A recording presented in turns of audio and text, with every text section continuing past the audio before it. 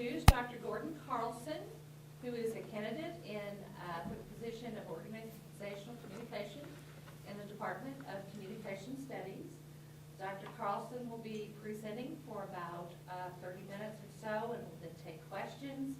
We are the class, and as his students, we will cooperate with him in making this a wonderful classroom experience. So, Dr. Carlson. Thank you very much. Okay, so before you put on your student hat, which I will appreciate in about 5 minutes, before you put that on, just to give you a little background of what I'm going to go ahead and do here. Part of my background is in new media communication. And so what I'm interested in is sharing just a little bit, teeny tiny amount, of new media and how it could be theoretically applied in an organizational communication course in a way that might make the organizational communication material interesting and compelling for a student, and at the same time making organizational communication theory useful and relevant to people who study new media. That's kind of where I'm going.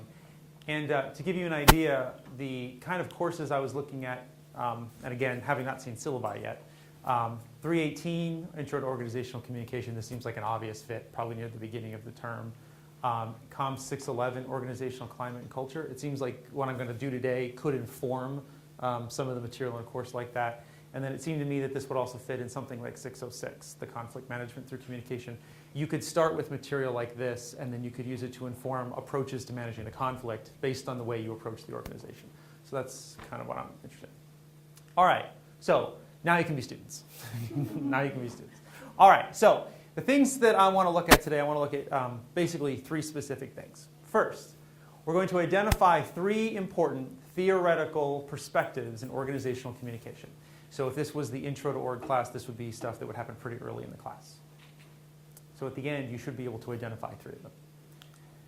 The second thing is, hopefully we're going to understand their practical application. So you should be able to take these 3 models or these 3 perspectives that we'll talk about today, and you should, before we're done here, have applied them in some sort of useful way.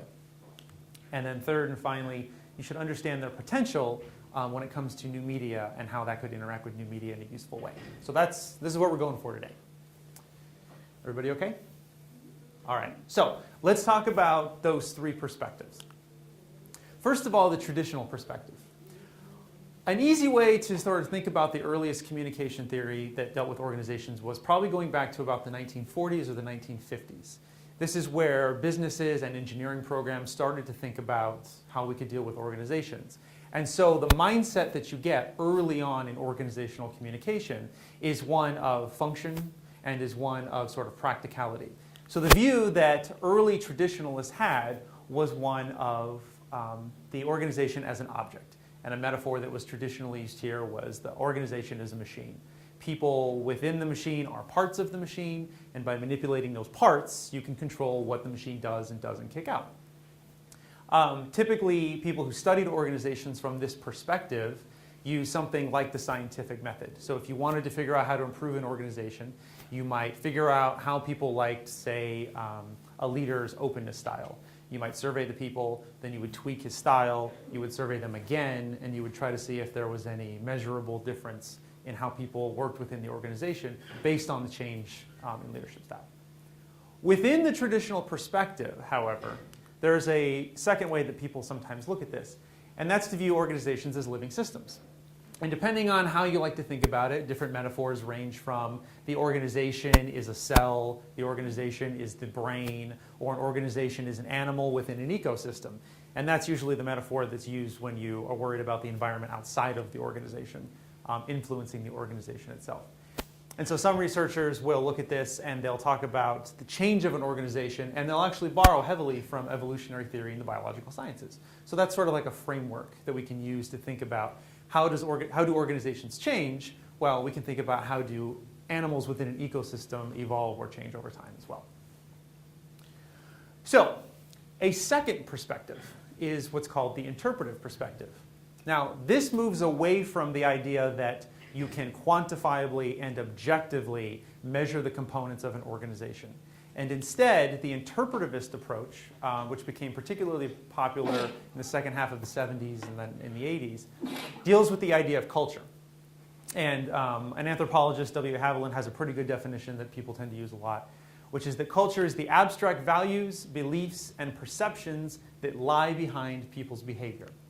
So instead of simply measuring the actions that take place within the organization, which is what the traditionalists might do, people who take the interpretive perspective are interested in the culture that motivates the actions from behind the scenes.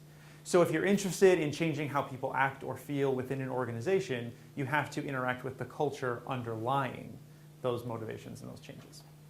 So to sort of give you an idea of how this might work, interpretive perspective says that organizations are subjective entities, meaning that two different researchers can approach the same organization from two different ways and get two different results that, while not the same, are both equally valid.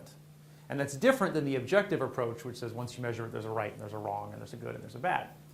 So how do they do this? How does somebody from this perspective subjectively approach an organization in one way? Well, one way that they can do this is they can take the people and the motivations within an organization, and they can think of all of these interactions as sort of a web. There's the values that these people have, and these people have, and these people have. And then you might say that, well, Jimmy and Sally and Susie each have similar values, but not identical values. And when they interact with each other, they somehow have to negotiate. They have to figure out what decision to ultimately make based on this interaction. And so if you're an interpretive researcher looking at organizations, then what you're interested in doing is looking at how all of these interactions are framed. So you, as the researcher, would frame each of these interactions, and that would be the way that you would approach studying. So you would say, well, I'm interested in looking at whether or not differences in power are how decisions get made. Or I'm interested in looking at whether gender matters in this organization. And so researchers frame relationships as part of their subjective investigation. And so one way that you could engage someone's research is to offer different frames. You could say, I agree that's the interaction. I agree it's an important interaction. But I think it's a better way to look at it would be to use this instead. And that's why we can have different answers to similar questions through the interpretive perspective. So the third perspective, the third way that people commonly look at this, not that these are the only three, but there are three particularly big ones, is what's called the critical perspective. The critical approach can be a little hard to get your head around at first, but if you can just kind of think that the critical approach has to do with power. It has to do with the allocation of power, and in some cases, people would argue when looking at it from this perspective that organizations themselves can even be sources of power and can be tools for oppression. So we have the people who are looking at it objectively in the first approach we talked about. They say, if you tweak X, you'll get Y. We can measure verifiable outcomes. The second group says, we might agree that an interaction is taking place. We might agree that an interaction is important, but we don't necessarily agree on what the cultural implications are or how we should go about evaluating those interactions. In the critical perspective, what we're really interested in is the power dynamic in each of those relationships. We're interested in how one group that might have more power than another uses that to their advantage or to their detriment. So one way you can kind of think about this is imagine we have an organization, and these over here will be, if you think about a hierarchical organization, these would be the primarily labor people. These would be primarily the producers. So if you're in a hierarchical organization, these would be the people on the bottom of the hierarchy. These people answer to people who answer to people who answer to somebody. And in most organizations, there's typically people that have concentrated power somewhere near the top. So if this was this university, you might have faculty, and then you might have department heads that answer to deans, that answer to provosts, that answer to the president. If this was Microsoft, you might have programmers down here, and they answer to engineering heads, and they answer to corporate vice presidents, and they answer to CEO or stockholders. So in the critical perspective, what we're interested in is how the power that kind of follows these lines here is negotiated. How do people use power to their advantage? And one way that's really useful to think about this, because there's many ways you can do it, and it can get a little complicated sometimes. One way to think about this is something called communication distortion. One theory of organizations is that if we can align our interests, if I can agree and you can agree on what's important and what we're both working for, then the organization will flourish. If we can align the kinds of things, we can make our interests be the same, then the organization is likely to flourish. Now this can be easier in an organization that doesn't have a very big hierarchy and where everybody is volunteering to be in it. So if you join a local organization, Habitat for Humanity, is that right? So if you're in an organization like that, where you're all motivated along similar lines, it should, in theory, not that anything's ever perfect, but it should, in theory, be easier to align your interests because you're already there for a common reason and you're doing it of your own free will. But if you're in a work environment and you don't necessarily like to be there and other people are ordering you around and they're telling you to do things you don't necessarily want to do, then you're not necessarily in alignment. Your goals are not necessarily the same as other people in the organization. So, if this is the case, communication distortion refers to when people with power falsely join the interests of people without power. It's where they convince those people, typically through symbolic acts, so not holding a gun to anybody's head, but through the acts of persuasion and manipulation. It's when they convince people that they really do have the same interests. And if they do it falsely, we call this a distortion, because they're convincing people of something that isn't necessarily true. So, if the boss of an organization or somebody that has a monopoly on power spends time and energy convincing people all the way down here in the organization that they should care about what he wants, then it's more likely these people will be on board and give a full faith effort. But if he can't convince these people that they should agree with what he wants, then there's going to be dysfunction in the organization. Now, the way that power is sort of manipulated or controlled, it can be any number of ways, and communication studies looks at all of these over time. But within organizational communication, we're really interested in the way that people symbolically do it. How do we persuade people to be interested in the same thing that we are interested in? So, those are sort of the three sort of perspectives that I want to talk about today. These are the three perspectives that give you some idea of where we'd be going with something like this. So with that in mind, while this isn't a course in new media, a quick little primer just to kind of get your head around it. New media generally deals with new technology stuff. So if there's some new technology you use to communicate with other people, you can bet it's probably going to fall under the purview of new media. So what are some examples you can think of? A smartphone. Your smartphone, sure. Anything else? Facebook. Twitter, it's evil cousin Twitter. Right? The fact that, one thing is that new media people are interested in is also how things have changed. So for example, just the mere fact that TV used to be broadcast, but now it's cable, but now you can buy your show on DVD and you can stream it on Netflix. That's something that a new media people might be interested in as well. So new media is at its core addressing the changes in who creates, controls, and disseminates information. So there's an issue of power. Interested in the disruption caused by new communication technologies. This is a cultural issue. And changing the flow of information and/or society, which is a functional or objective way that we can measure it. So if new media is sort of interested in these three things, if it's sort of interested in changing who creates, controls, and disseminates information, something you can use to move and allocate power within an organization. And if it's interested in the disruption caused by new communication technologies, a disruption that could very easily translate to a disruption in the organization, and if it changes the flow of information and/or society, and for our purposes, an organization might be the only part of the society we're interested in looking at, then we can start to look at how new media influences organizational communication and therefore organizational culture. So that's what we're going to do.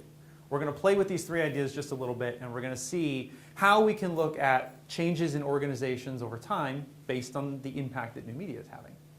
So let's take the three we've talked about. We've got the traditional approach, the interpretive approach, and the critical approach.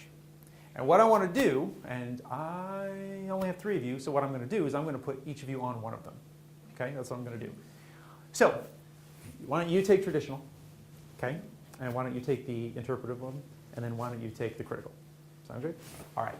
So what I want you to do is I want you to think the traditional approach, you can kind of think of it as the objective mechanistic approach, the interpretive, which is the more cultural approach, and the critical, which has to do with issues of power. And I want you to think of an organization. It doesn't have to be one you are a part of, but think of an organization that's got at least 5 people, and that somehow in some crazy way, I don't care how little or how big, relies on some form of technology to communicate. It could be that they have phones, it could be that they have internet, it could be they have email, it could be a virtual group. Anything as long as they're using some form of technology. Okay? And then what I want you to do is I want you to figure out something that would be interesting to research about them. So formulate a research question. And then, based on your approach, how would you investigate that research question?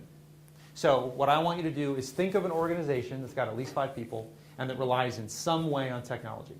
I want you to think about, okay, what's something I could learn about that organization related in some way to their use of new media? And then I want you to figure out how you would address that from the traditional approach. And then I want you to do the same thing, but I want you to do it from the interpretive approach. And then I want you to do the same thing, but I want you to do it from the critical approach. Everybody kind of get that? All right. So I'm going to give you a couple minutes to canoodle with your brain up here. And then we're going to put the stuff up on the board, and I'll take care of the writing, so you don't have to come up or anything. If this was a group, I would have the groups report back, and we would try to interact them. So each of you represents an entire group. So think about that for just a second, and then I'll walk you through coming up with each of those parts.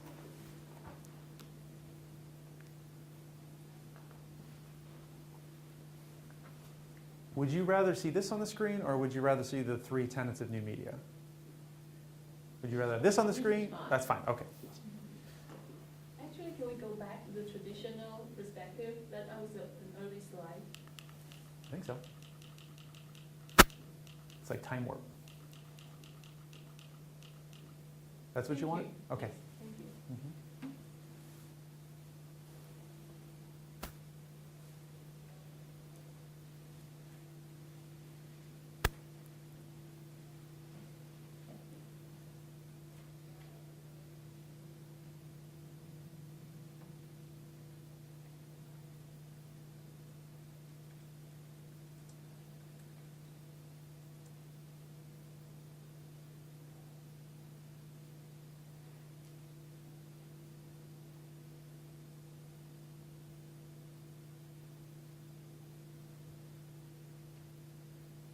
If somebody wants to be partners with the moth, that'd be okay. He might be able to help. I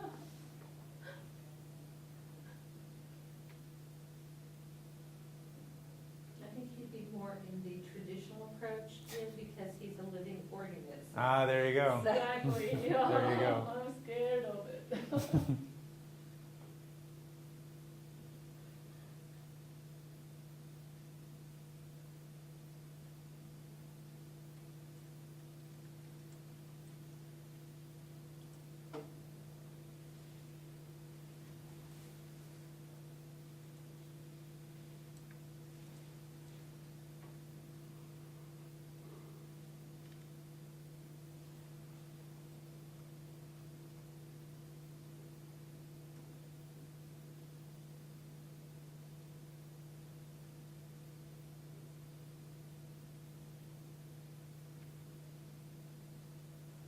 You should remember this is a learning experience. There's no wrong answers, and the worst thing that could happen is that it's caught on video and everybody else judges you. It's the worst thing that could happen.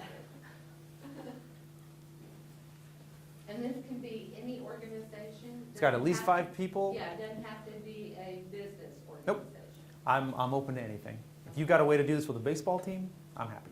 Okay. Not a baseball.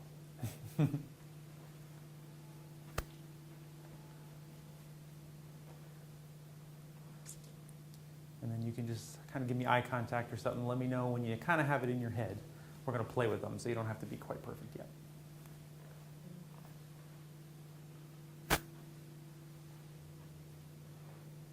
And you wanted research questions?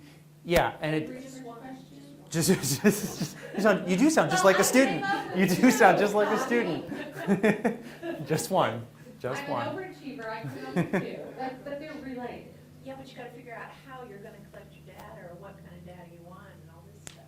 We'll work on that. For now, I just want to know the research question, and then you're right. I want to know how you'd approach it. But if we don't have that, we don't need the actual procedure at the moment. Okay.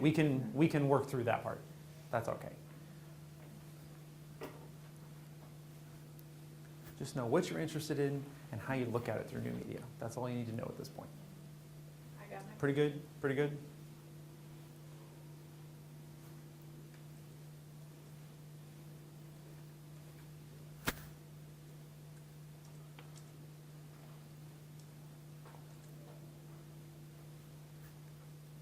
when they're working in groups instead of telling me. The way I usually know they're done is when they start talking about football.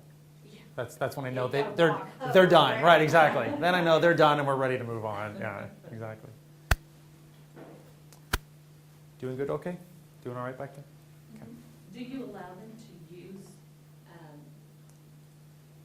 cell phones, texting devices in your classroom? Okay. No, I don't allow that. Laptops are fine because there's perfectly good uses for them, but no, generally rule. Where I am, however, nitpicky about it, if I'm not going to stop class to admonish someone who's very quietly looking at their phone. I'm not going to, if it's not disruptive. In public speaking classes, though, I'm a tyrant. I will. That's where it's completely unacceptable. Yeah, in all my syllabi, I have a rule that when a student is speaking to the class, nothing but perfect audienceship is allowed. So, me, I can sort of give them a little leeway, but if another student is speaking, everything is verboten. Music, newspaper, none of it allowed. Okay? All right, so I'm going to jump back forward so that we can kind of see what we were looking at before. I think we're going back. No problem. No problem. Okay.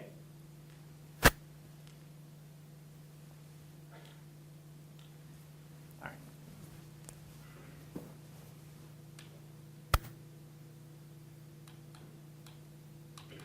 The whole computer just went down. Oh, there we go. Oh, Okay. So, let's start with, let's go in reverse order just for fun. So we'll go with the critical first, okay? So, you're taking a critical approach. So to start, what was the organization you were interested in looking at? It was an online organization called the Journal of Technology and Society. The Journal of Technology and Society? Yes. So describe that organization a little bit. Well, it's I won't say 100% exclusive for academics, but it's largely a publishing organization. Okay. And you submit articles, Mhm. and they're either approved or are rejected, and you get published, and then you can submit a series of articles over a long period of time, Mhm. and you actually have the possibility of being published as a book author Oh, okay. with book chapters. Good.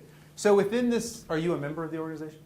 Yeah. Okay. Yeah, I am. So then what is the, and we don't need details, but what's the basic structure of this organization? Well, someone in charge? That's what I wanted to research. Oh, okay. Okay. Because I don't think the editors really have any power. Okay. Good. And that's exactly the kind of question that we can get to, right? So what you're interested in knowing is? Do electronic journal editors have any control of articles accepted in the peer reviews?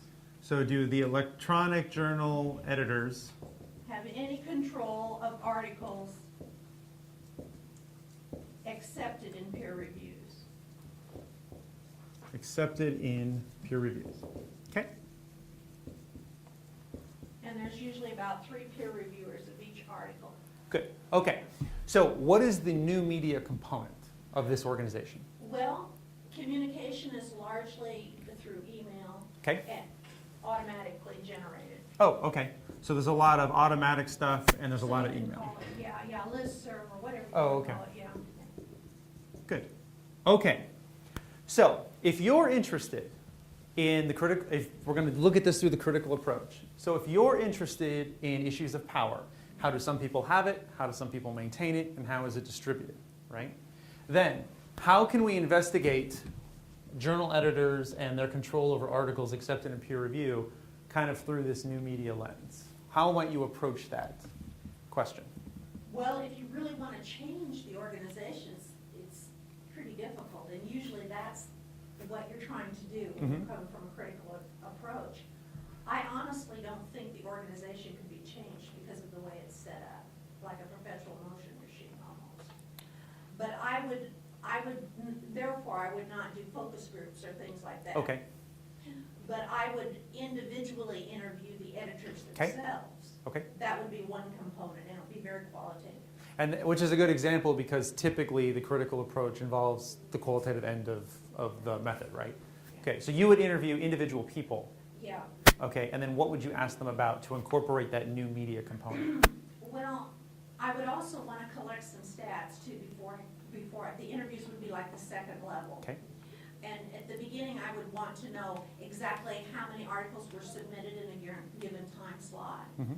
And I'd want to know how many were accepted and how many were rejected. And then in the interview, I would want to ask the editors specifically Mhm. what their input had been and things like that, because the editors are like ghosts. Sure. They're back, blah, blah. Okay, so with that in mind, who do you think knows, like where in the organization do you think information like acceptance rates and that kind of thing is stored? Well, it'd have to be in a database somewhere.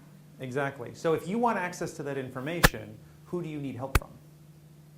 The people that got the grant to set up the journal, I would guess. Okay, Yeah. so within this organization, if that's valuable knowledge, and in a journal that usually is, acceptance rates and number of entries and that kind of thing, that's usually useful knowledge.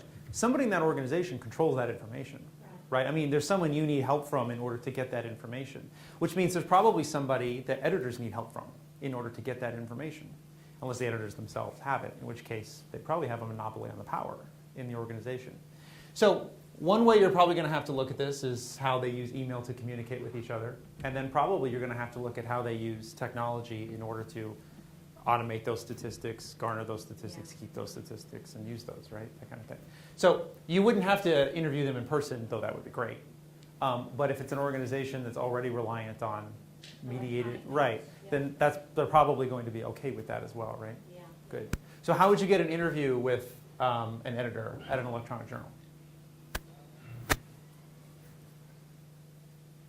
Just an inquiry letter at the beginning, simple email, I would say. Sent by email, right? Yeah. So is it safe to say, and tell me if I'm wrong, but is it safe to say that you might think in this organization that since tech savviness is a predicate of the organization, Yeah. that those who are tech savvy might have a little bit more power, a little bit more edge in this organization? Oh, yeah. I mean, is that fair to say?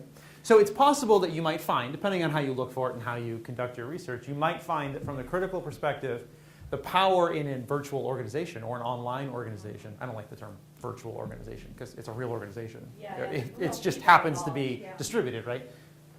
You might find that a big chunk of where their power lies is in the people who know how to use the technology itself, right? When I was growing up, I was always told that the people who have the real power at any company are the people with the keys and that know how to work the phone. Doesn't matter what else you can do. If you can't do those two, you got no job, right? Now it's the people who have passwords. Exactly, the password, exactly. The keys have gone virtual. The keys and the password. Exactly, good.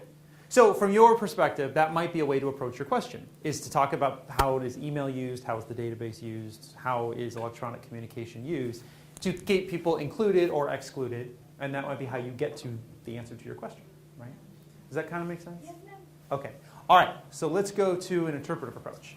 Okay, my group is my family. Okay. How big is your family? Well, for the purposes of this, oh dear, I didn't count. 1, 2, 3, 4, 5, 6, 7, 8, 9, 10, 11, 12, 13, 14 people. About 14? Okay. Yeah. Okay. Okay, and this is 3 generations Okay. that I'm looking at. 2 generations that I'm looking at, excuse me. Okay. Okay, 2 generations, and I want to find out how these people use new media to communicate with each other. And so the question that I came Okay. up with is, are the individuals who use new media responding to messages within the group more rapidly? Okay. Using new media. Responding to messages within the group more rapidly. Good. Now, why are you interested in that? Because I have experienced delays in receiving messages and in, and getting responses Mhm. from people within the group. Okay. So there could be a number of reasons for this. Mhm. It could be people respond more rapidly to other people within the group that they have closer relationships with. Sure. Okay? Or it could be that they respond rapidly because they have access to technology that allows them to respond more rapidly. Right. To receive messages and to respond more rapidly Right. to messages. Right. So when we talked about earlier about we've identified the relationships, which is the way Right. people are communicating. So you're interested in the way you're framing these relationships is you're interested in looking at speed. Right. I mean, the response rate. Okay, good. So just give me a hypothesis, just off the top of your head with no research done at all yet. What do you think is one of the biggest reasons that there's a difference in how fast some people respond? I think it's related to the media that they are using. Okay, That they are assuming every member of the family has access to, let's say, text mail, okay, when in fact there are members of the family who don't and who therefore do not receive those messages. okay, good. So what do you think is the cultural implication here? If you were going to look at this problem with that hypothesis, what is the cultural component that you think is most important? What would you want to focus on the most? Persuading people or changing the way they communicate, educating them that not everyone in the family has access to the media perhaps that they prefer. Okay, so then let me ask you a question. Do you think it's safe to say, and if I'm wrong, tell me, do you think it's safe to say that because of the various new media that exists within your family, that either there are little rifts, little splits, some people communicate with others more or less, because two little cultures are sort of existing, one that's very at ease with new media and the faster communication, and there are some that are less at ease and they're less comfortable with the new media? Or choose not to use it. Okay, there you go. So why would somebody choose not to use something that's faster and easier? Not having that availability in the area of the country where they live. Okay, They choose specifically to live in a very remote area and they don't have access to certain communication technologies because of that. okay, good.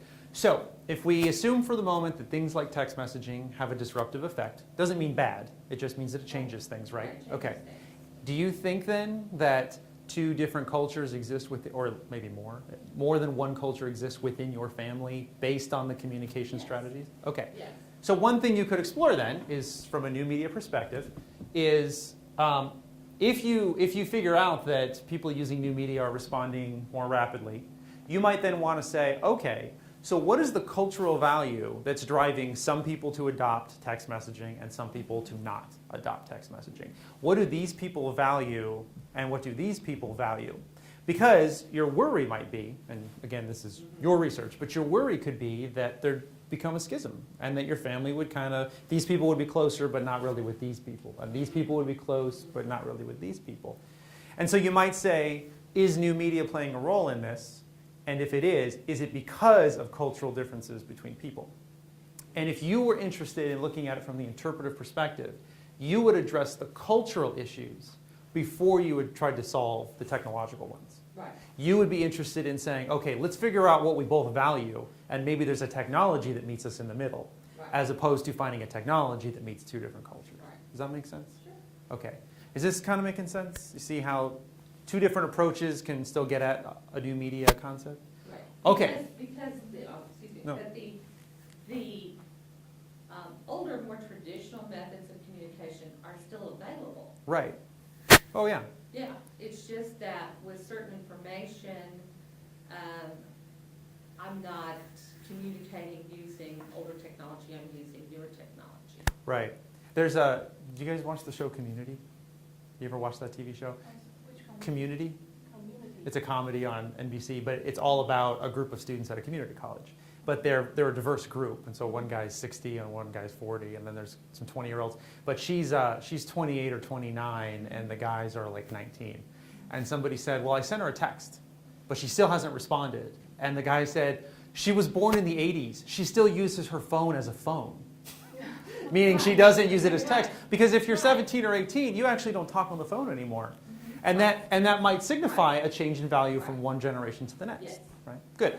Alrighty, so let's jump to the third one. Now, my research will be related to your discussion Okay. on the generational use of Mhm. new media. Okay. So I have an assumption that the younger generation are exposed to new media at a younger age. Okay. So I've heard that the preschoolers are Okay. required to learn how to use iPad or tablets. Seriously? So my research will be an exploratory research to explore how many teachers, preschool teachers are currently using iPads or tablets as an educational tool. Okay, And also, what are they using? good. And also the background information, how many of them are male, female, and their age levels, and what are they using the tablet for the preschoolers for? Good. What are the reasons? So this is a perfect example of why when you start to think about this, you need to make sure that you're really clear about what your organization is. And you picked actually a really good, right, so here's my question. Is the organization the preschool, or is the organization the teachers in preschool? Preschool. The whole school? Yeah. So are the kids members of that organization? I'm actually focusing on in this case, I'm focusing on the teachers. Okay, so would you say that you're focusing on one part of an organization? Yes. Okay, all right. So you always want to, that's good. So you want to be clear, what's the organization, and then within that you're saying you're focusing on the adults, Yes. the teachers in the classroom, right? Okay, good. Okay, so we're looking at teachers in preschool. And then you're interested in how they are using iPads and that kind of stuff, right? Yes. And it's how they're using iPads to Teach their preschoolers. teach, okay. Children. And what are the purposes? So let me ask you this then. If we're going for the traditional, which looks at either mechanical or using organisms as the metaphor for how we approach an organization, if you're a traditionalist, how do you view a preschool? Like, tell me what metaphor you would use and how do you think of it as a machine? Do you think of it as an organism or an animal? What's your mental picture of what that preschool looks like? I think it's full of tons of little animals that I could never control personally.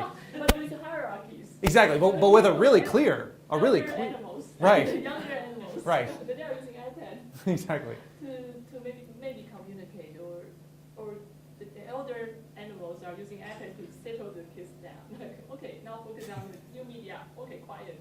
Good. So then what would be, the iPad is the new media element. Okay, that's good. So since from the traditionalist view, what they would argue is that we can, from a scientific sort of, that sort of approach, the scientific method, we should be able to measure something, then make a change, then measure something else, and see what changed. So what is it that you want to measure, and what is it you want to change? See, I was trained in critical tradition. So Well, good. This is an even better exercise then. yes. Okay, so measure. In this case, I might have two groups. One of the preschool teachers who use iPad or tablets. Okay. Another group doesn't use iPad or Good. tablets. So what do you want to know what's different between the two groups? Maybe their satisfactions about their jobs easier or harder. The teachers. Or efficiency. Okay, Yeah, good. something like that. So we want to look at whether or not teachers that use iPads in kindergarten or preschool classes, whether or not they feel more satisfaction. Okay, that's a classic traditional social scientific method. That's good. Okay, so the way you might approach this is let's say a survey. Okay, Yes. and you would survey the teachers and you'd say use the Likert scales and things like that. Say, tell us how satisfied are you? Yes. All right, and then you would either, depending on your approach, either take away the iPads, right, or you'd go to another group, right, that was similar, and then you would do the same survey and you would look for the differences, right? Yes. Okay, give me a hypothesis. What do you think you would find if you did that? Depending on their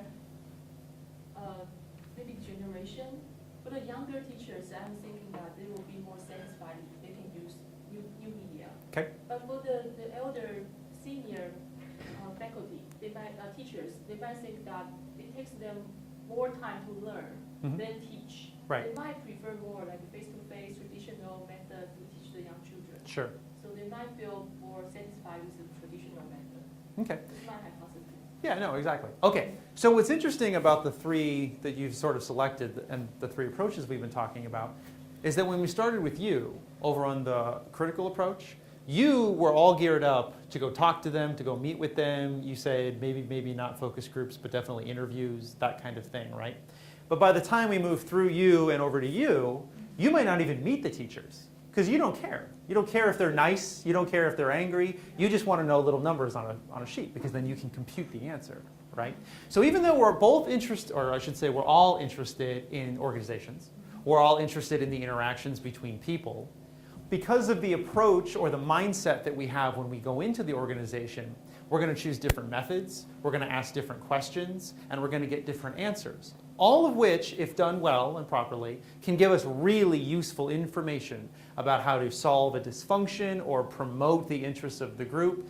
And if you think about the questions we're really addressing, they sound kind of simple at first, like, oh, I'll ask teachers whether they like this, or I'll ask these people. But really, you're trying to improve an organization that has a significant impact on research generated by faculty. And you're really trying to improve the quality of life for an extended family. And you're really trying to improve the way that people like to do an entire job, right? So by asking a really simple question and just thinking about what's the best way to approach that question, we can get really sort of straightforward answers to straightforward questions that the implications are actually quite meaningful. I mean, we really can learn something that's useful and applicable and that can better research, or that can better our family, or that can make somebody happier in their job. And I would assume make the kids happier. If teachers happy, kids are happy, right? That's good, right? So if you kind of think about these three different approaches, the traditional, the interpretive, and the critical, you can see that in general, there are three different ways you can approach organizational communication and research it. But today, we specifically kind of talked about the new media component and how that might be affected. And I assume this will eventually catch up.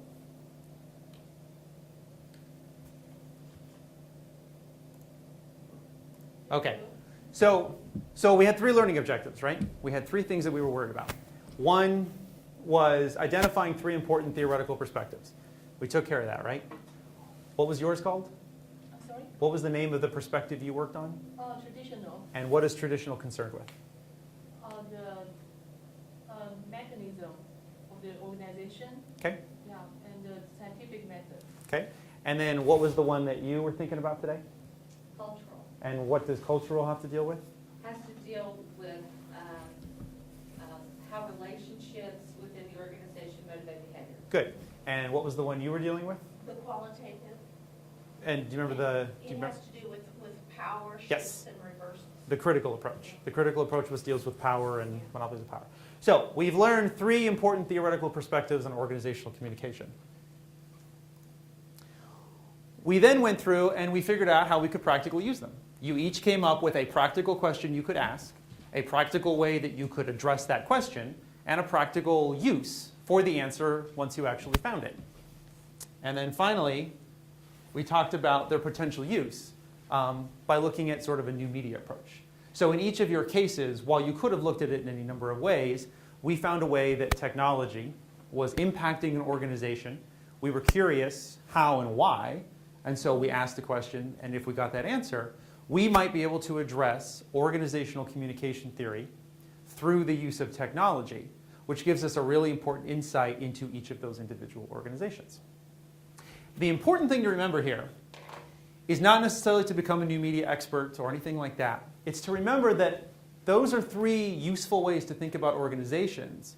And in reality, number three, you could pick anything you were interested in, but you could address that issue within an organization from all three of these perspectives. So maybe you're not interested in technology. Maybe you're interested in languages.